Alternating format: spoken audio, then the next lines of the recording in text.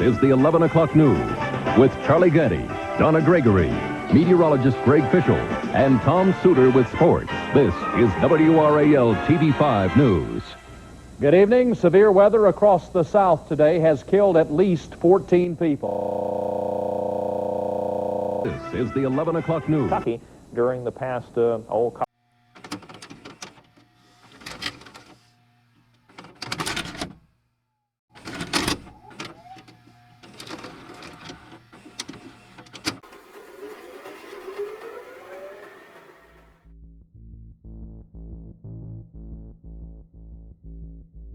Broadcast signal hijacking, also known as broadcast signal intrusion, is when someone unauthorized takes over the broadcast signal of a television station. This process involves gaining access to the station's equipment, overpowering the legitimate broadcast signal, and airing unauthorized content.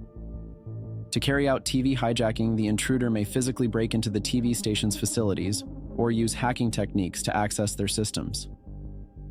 Once access is gained, the intruder uses their own equipment, like a transmitter, to broadcast their content on the same frequency or channel as the legitimate station. This interference results in viewers seeing or hearing content that was not intended by the original broadcaster. The unauthorized content could be anything from messages or images to entirely different video and audio. Sometimes intruders try to avoid detection by broadcasting for a short period, making it challenging for authorities to trace them. They may also use techniques to hide their identity or location. It's important to understand that broadcast signal intrusion is against the law. Authorities actively work to identify and apprehend those responsible for such actions. The motives behind TV hijacking can vary, but the act itself is a violation of broadcasting regulations, and individuals involved can face serious consequences. Today, I brought you guys 5 TV hijacking cases. Hopefully, there are some you haven't seen yet. So let's get into the first one. On June 17, 2007, a group known as Stohoven pulled off a daring stunt by disconnecting one of the cameras used for the live forecast broadcast from the Kirkkonoshi Mountains. They ingeniously replaced it with their own pre-recorded video source, and during a live morning show, viewers were taken by surprise as a fictional atomic explosion with a mushroom cloud unfolded over the picturesque mountains. This audacious act didn't go unnoticed, and by January 2008, the repercussions were looming, as authorities announced the prosecution of 6 Stohoven members. The charges included scaremongering and spreading false information, with potential prison sentences of up to 3 years. However, the legal saga took an unexpected turn on March 25, 2008, when a Czech judge dismissed the scaremongering charges. The judge cited public amusement as the primary outcome rather than public unrest. Despite this decision, the prosecutor hinted at a possible appeal. Interestingly, in December 2007, the Czech National Gallery acknowledged Stohoven's artistic endeavors unrelated to the media reality incident. As a testament to their unconventional approach, Stohoven was awarded the NG 333 prize, which amounted to around 12.5k euros. This recognition added another layer to the group's controversial yet thought-provoking actions.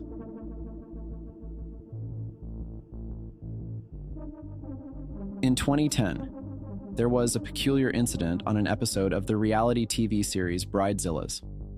Out of nowhere, the show was interrupted by a bizarre sound effect, leading to an unexpected and somewhat humorous turn.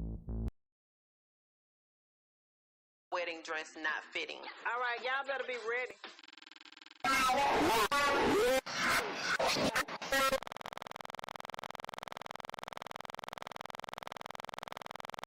Be still right now. Don't breathe. I need you to hold. The screen showed a strange picture, a drawing of a dark figure with a funny yet slightly creepy grin, moving awkwardly against a backdrop of a spinning evening cloudy sky. After a few seconds of this surreal interlude, the show eventually returned to its normal course. There's a Reddit thread discussing this hijack, with people debating its authenticity. As I went through it, there's no evidence supporting that it's a fake hijack. The uploader claims it's real in the video description. Also in the video's comment section, he mentions that this isn't an unusual event. He claims that these glitches usually happen very late at night, around midnight to 3 a.m. Since most people are asleep, not many catch them. This specific glitch occurred at a certain time on a certain day, so only a few might have seen it. Props to those who did, but glitches like these often go unnoticed every day. The description says that in Melbourne, Australia, on January 3, 2007, Channel 7 aired a program about a train wreck called Mayday. From the beginning, the audio consisted of a loop with a voice saying, Jesus Christ, help us all, Lord. Jesus Christ, help us all, Lord. Jesus. In the description reads that this loop continued about 10 minutes. I was watching at the time and managed to capture part of it on my phone. The audio seems similar to the one in the YouTube upload, Halliburton Ambush Iraq, at the 2:07 mark. According to very reliable sources, there are reports of many dissatisfied employees at Channel 7, says the description. Someone commented that they came across an explanation years ago. According to their memory, the audio clip was supposedly from a soldier in Afghanistan filming an assault on his army jeep. They don't recall how it ended up on this channel, and there are no sources to verify. On February 11, 2013, the CBS affiliate KRTV in Great Falls, Montana, had its emergency alert system hijacked. An audible message warned viewers that the bodies of the dead are rising from their graves and attacking the living. KRTV, storm tracker weather, Montana's most accurate. You flip, but they flop. You flip, but they flop. Hi, Mark Hill here for the perfect... Civil authorities in your area have reported that the bodies of the dead are rising from their graves and attacking the living. Follow the messages on screen that will be updated as information becomes available. Do not attempt to approach or apprehend these bodies as they are considered extremely dangerous. I repeat, civil authorities in your area have reported that the bodies of the dead are rising from their graves and attacking the living. Follow the message.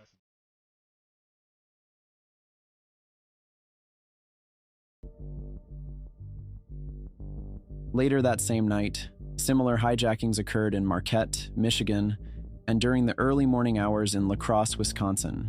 CBS affiliate WKBT-DT, ABC affiliate WBUP, and PBS member station WNMU were affected, all referencing a zombie invasion during primetime programming. Shortly afterward, PBS affiliate in Portales, New Mexico, experienced a similar hacking incident with repeated zombie-related information. However, this incident led to the arrest of the hacker responsible for the 4 television stations. Just 2 days after the initial hijackings on February 13, 2013, a morning show on WIZM FM in La Crosse played an audio recording from the hoax alert, triggering WKBT-DT's emergency alert system again. On February 28, 2017, WZY radio station in Winchester, Indiana, had a similar incident, with their emergency alert equipment hijacked, using the same zombie apocalypse hoax audio message. CBS, ABC, and PBS engineers investigating the initial incidents found that the hijackers likely exploited weaknesses in the emergency alert equipment, including authentication bypass vulnerabilities and the use of default passwords listed in online user manuals. Your crash on the inner loop at St. Barnabas.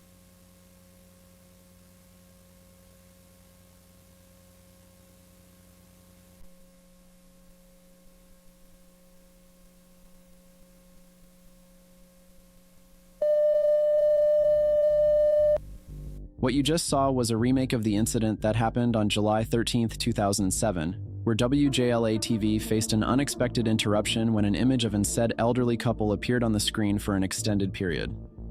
The on-air staff, feeling a mix of confusion and embarrassment, initially attributed it to a glitch, suggesting it was an early promo for the Oprah Winfrey Show. However, this explanation was later disproven.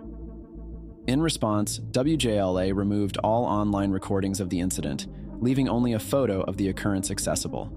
As mentioned earlier, this is essentially a remake because all evidence from the web was successfully deleted, except for that one picture featuring the old couple. I don't know where the old couple thing came from, because the couple in the photo is clearly not old.